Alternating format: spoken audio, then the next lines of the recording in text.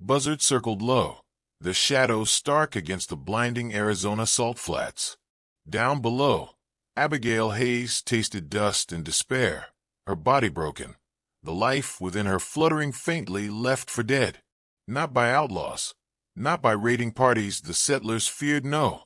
She'd been cast into this furnace by the pious hands that led prayers back in Havenwood, sacrificed on the altar of a preacher's greed. They thought the desert would be her grave, silencing her story, burying her unborn child beneath the unforgiving sun. They underestimated the desert and the warrior who walked its hidden paths, seeking his own long-delayed justice. Salvation was coming, and it carried the promise of a reckoning. Just 2 years ago, Abigail and John Hayes had arrived dreaming of sanctuary. Havenwood. The name itself felt like a promise. John, a man whose quiet hands could coax life from stubborn soil and find water where others saw only stone, built their cabin near a whispering creek. It wasn't grand, just sturdy timbers and honest dreams, a place to root their future, soon to include the child Abigail carried. Abigail, observant and gentle, nested into their life.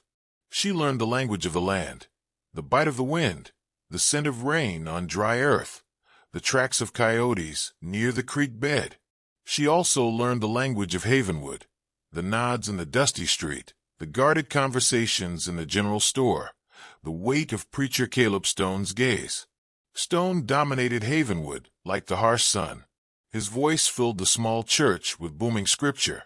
His eyes missed nothing. He spoke of unity, of shared burdens. Yet Abigail saw how his favor clung to the prosperous, how his hand lingered when collecting tithes. She felt a subtle chill when his gaze swept over their land, the green patch by the creek that John's skill had made thrive. It was the look of a man measuring something he desired but did not own. John, ever trusting, saw only a spiritual leader. He'd mentioned, almost dismissively, Stone's hints about needing more community, access to their water, pressure for larger donations. Abigail filed these moments away, small shadows in their otherwise bright world.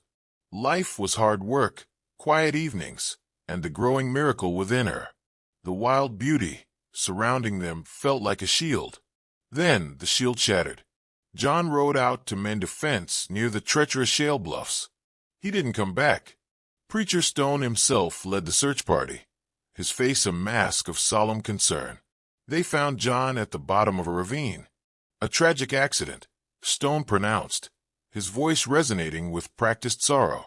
A loose stone, a stumble, the frontier's impartial cruelty. Grief struck Abigail like a physical blow, stealing breath, blurring the familiar landscape into a meaningless haze. Neighbors brought food, murmured condolences, their eyes filled with pity that felt distant. Even through her shock, a discordant note sounded. John knew those bluffs. He was a cautious rider. His horse, found grazing calmly nearby, was unharmed. It didn't feel right. Preacher Stone became a suffocating presence, offering prayers that felt like pronouncements.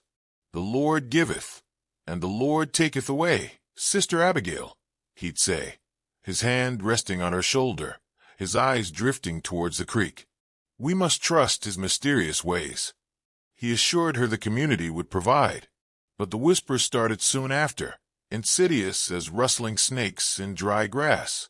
A woman alone, pregnant, how can she manage? That water source, surely it should benefit all, as John would have wanted.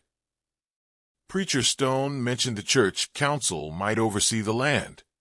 The narrative twisted subtly, painting Abigail as incapable, her claim an inconvenience. The offers of help began. Stone's most loyal men, Matthias Croft and Enoch Fry, men whose piety seemed fused to their obedience, appeared often, mending a fence here, checking the well there. Their presence felt less like support, more like quiet occupation. Abigail's grief began to sharpen into suspicion. She remembered John's unease about Stone's requests. She started asking careful questions about the accident, but the answers were vague, deferential to Stone's account. Eyes slid away from hers. The general store owner seemed hesitant to extend her credit. Old Man Hemlock, who'd shared coffee with John weekly, suddenly found reasons to avoid her path. The isolation was deliberate, orchestrated. Stone's visits grew bolder. "Sister Abigail," he said one afternoon, his bulk filling her small cabin doorway, blocking the light. "Practicality must prevail. This land, it requires a man's hand, especially now. The church is prepared to offer stewardship, for the good of Havenwood." His eyes flickered towards John's rifle above the hearth. "We would ensure you were accommodated elsewhere. A small room, perhaps." Accommodated. Discarded. Abigail's hand rested protectively on her belly. "John built this for our family, preacher," she stated, her voice low but unwavering. "I'm staying." A flicker of impatience crossed Stone's face before the pious mask settled back into place. "Pride goeth before a fall, sister. The Lord tests us." He left, but the threat hung heavy in the air. That night, she cleaned John's cold peacemaker, the familiar weight of cold comfort. Her quiet observation turned to hypervigilance. Every distant rider, every creak of the floorboards, became a potential threat. Havenwood's promise had curdled into menace. The whispers intensified, growing teeth. Now it wasn't just incompetence she was accused of, but negligence, even suspicion surrounding John's death. Stone fanned the flames subtly from the pulpit, speaking of burdens the community shouldn't have to bear, of selfishness disguised as grief. The turning away became shunning. Doors closed softly as she approached. One evening at dusk, Matthias and Enoch materialized at her door, their faces hard, stripped of their usual deference. "Preacher sent us," Matthias said, his voice flat. "He's worried. About the talk. About things not adding up concerning John." The lie was so blatant, so cruel, it momentarily stole her breath. "Get off my land," she finally managed, her hand tightening inside her apron pocket, where the Colt rested. Enoch took a menacing step forward. "This ain't your land. Not anymore. The preacher says." The click of the Colt's hammer cut him off. Abigail stood framed in the doorway, the setting sun glinting off the barrel. "I won't say it again." They hesitated, momentarily checked by her defiance, but contempt flickered in their eyes.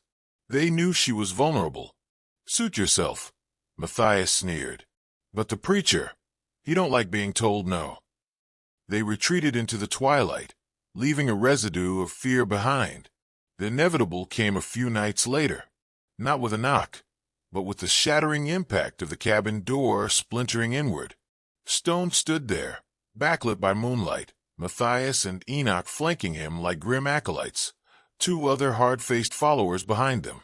"Your defiance ends now, Abigail," Stone declared, his voice cold, stripped of all pretense. "You've chosen worldly possessions over the flock. You force our hand." She lunged for the Colt beneath her pillow, but Enoch was too fast, wrenching her arm back, the gun clattering to the floor. She fought wildly, kicking, scratching, a desperate fury born of terror, but rough hands subdued her, binding her wrists with coarse rope that bit into her skin. They dragged her out, ignoring her cries, her pleas echoing unanswered in the vast darkness. Forced onto a horse, her feet tied beneath its belly, she felt Stone lean close, his breath rank.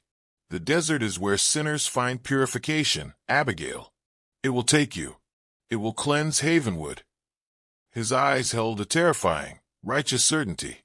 They rode for hours, pushing deep into the merciless expanse, leaving the familiar contours of Havenwood far behind. When they finally stopped, the moon bleached the landscape white, erasing all landmarks. They hauled her down, cut the ropes at her ankles, and shoved her onto the rocky ground. "God's judgment," Stone pronounced, looking down at her crumpled form without pity. "Leave her. The wilderness will provide the absolution she refused." Then they were gone. The sound of hoofbeats faded, swallowed by the immense, profound silence of the desert night. Abigail Hayes, pregnant, betrayed, and utterly alone, lay under a sky full of indifferent stars, the cold hand of despair closing around her heart. Sunrise was a brutal assault.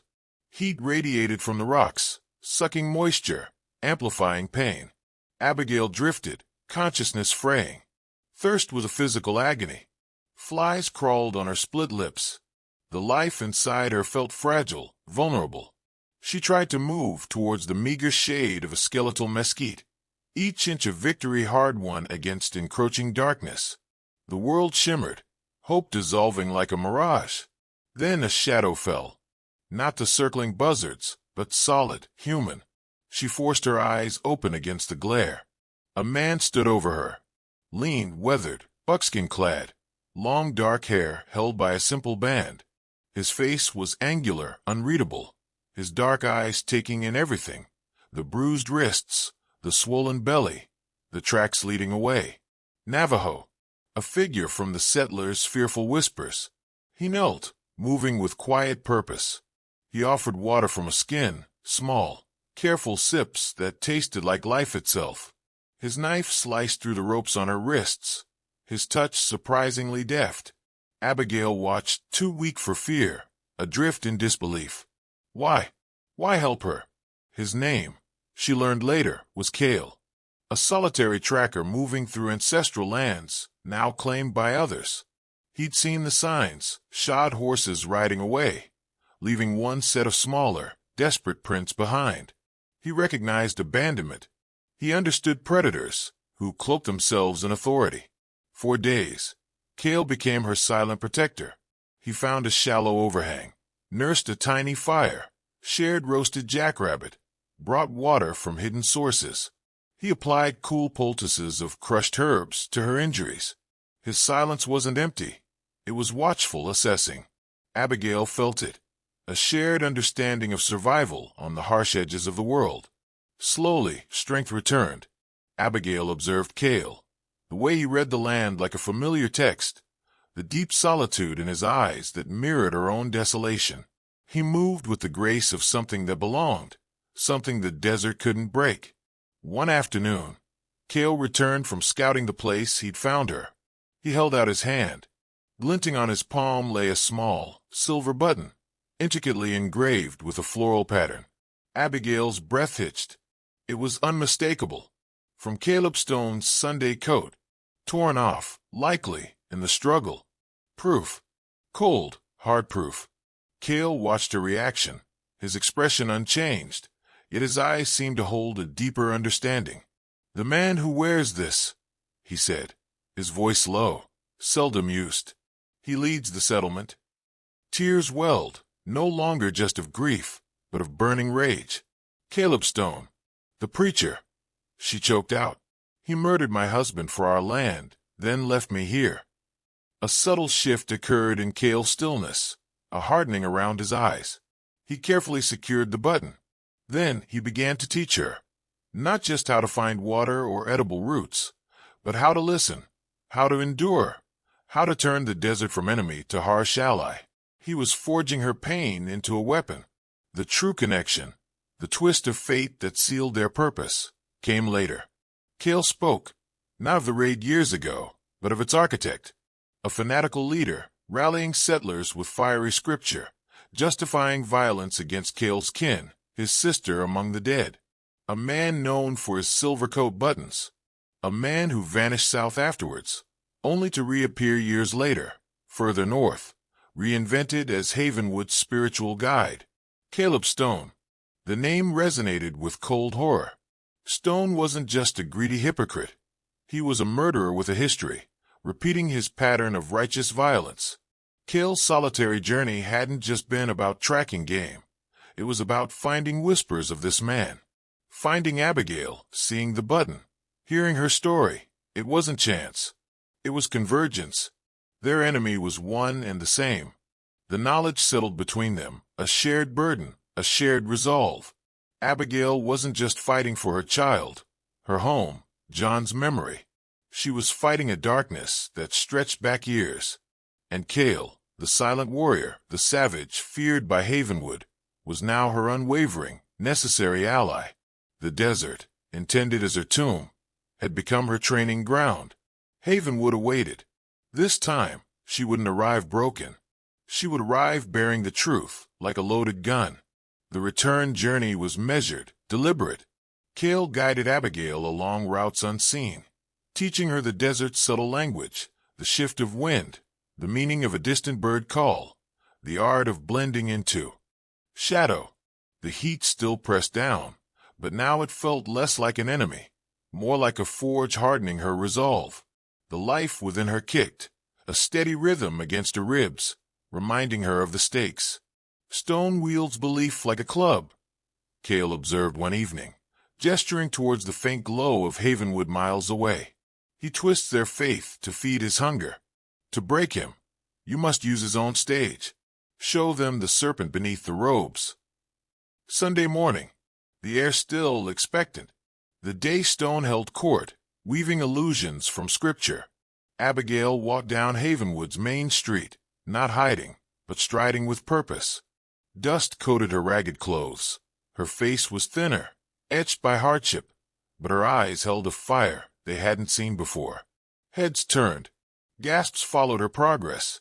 She was a ghost returned, an impossibility walking into the heart of their carefully ordered world.